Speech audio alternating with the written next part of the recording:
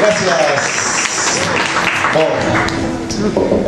Je pense qu'on va parler en espagnol en général, mais je voulais vous expliquer un petit peu comment je suis rendu ici. D'abord, ça fait quelques années que Carlos m'a invité pour faire des soirées latino, des rincons latinos. Puis j'ai commencé comme ça avec un ami, c'était pas lui, mais c'était un ami qui a fait des soirées, des vendredis latinos ici. Puis j'ai venu une fois pour les voir, puis il m'avait invité pour chanter, je pense, une chanson ou deux. Puis le monde aimait ça.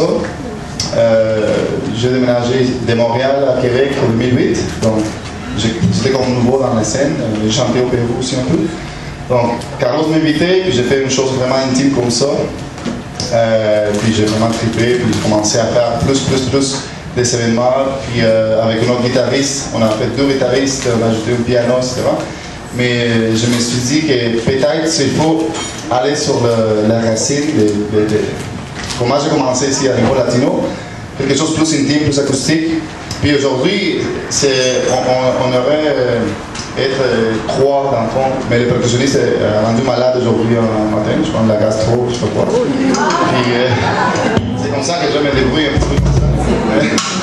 Moi aussi j'ai fait un peu de percussion, mais toute seule, j'écoute juste à l'oreille. Puis on n'a pas pratiqué, juste moi, puis je chante, puis je fais la percussion, donc je vais essayer de faire le mieux. Mais quand même, si moi je me perds, je vais arrêter. Donc. Vous pouvez m'aider avec les... Je me sens à l'aise avec cet instrument-là parce que ça s'appelle le cajon peruano. Oui. Le cajon, le cajon, je ne sais pas. Cajon. Cajon péruvien, oui, c'est ça. C'est une drum box de la culture plus afro-péruvienne.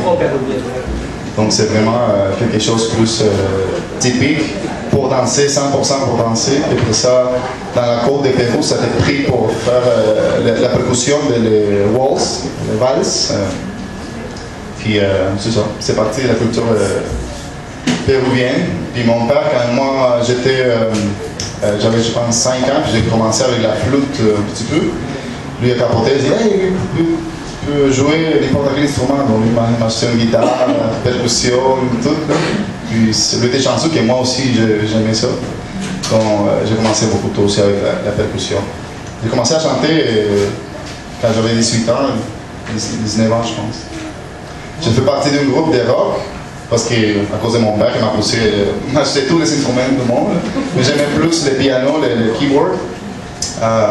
Donc je dis ok, je vais jouer quelque chose avec un groupe rock, underground. Puis j'ai fait des chorus aussi, des back vocals. Puis c'était bien. Mais tu sais, quand j'avais 18 ans, 19 ans, j'ai tombé vraiment en amour avec une fille. Puis à notre premier anniversaire d'une année, j'ai enregistré 3-4 chansons, puis moi j'écris vraiment inquiétant. C'était pas vrai, je l'écoute des fois, là, c'est pas longtemps, mais et puis, mes amis qui sont écoutés tout ça, ont dit hey, mais toi tu pourrais quand même aller dans cette TV show, un TV show pour faire un casting, pour entrer, c'est comme La Voix, comme Star Academy d'ici. Puis moi, j'étais à l'université, j'avais comme je me rendu dans la 12e année d'ingénierie et transport. Puis j'ai dit ok, je vais aller. Puis j'ai rentré, puis j'ai laissé pour demi-année, je pense, une moitié de l'année à l'université. Ma mère a capoté, mais mon père était oh, vas-y. Mais ma mère était qu'est-ce que tu vas faire? Et bon, j'ai fini, j'étais éliminé, je me rendu dans le premier 20 top 20. Puis après ça, j'ai vraiment aimé ça, j'ai commencé à chanter avec des orchestres d'abord pour gagner aussi l'argent. Puis il y avait une autre 12e TV show comme Star Academy, puis moi j'ai rentré avec mes chums aussi que j'ai connus dans les shows d'avant.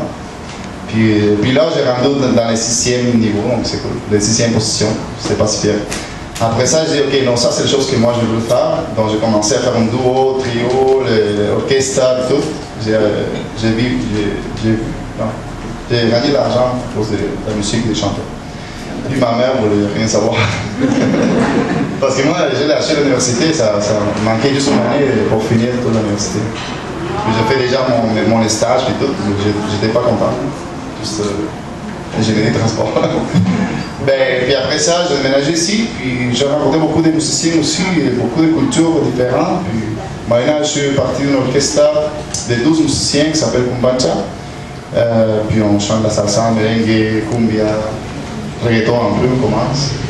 Mais les racines de mon vouloir de chanter, c'est ça, les choses plus mélodiques, plus ballades, rock pop. Donc aujourd'hui, j'essaie de faire un petit hommage à tout ça. Je pense que c'est trop de français, donc je vais essayer en espagnol.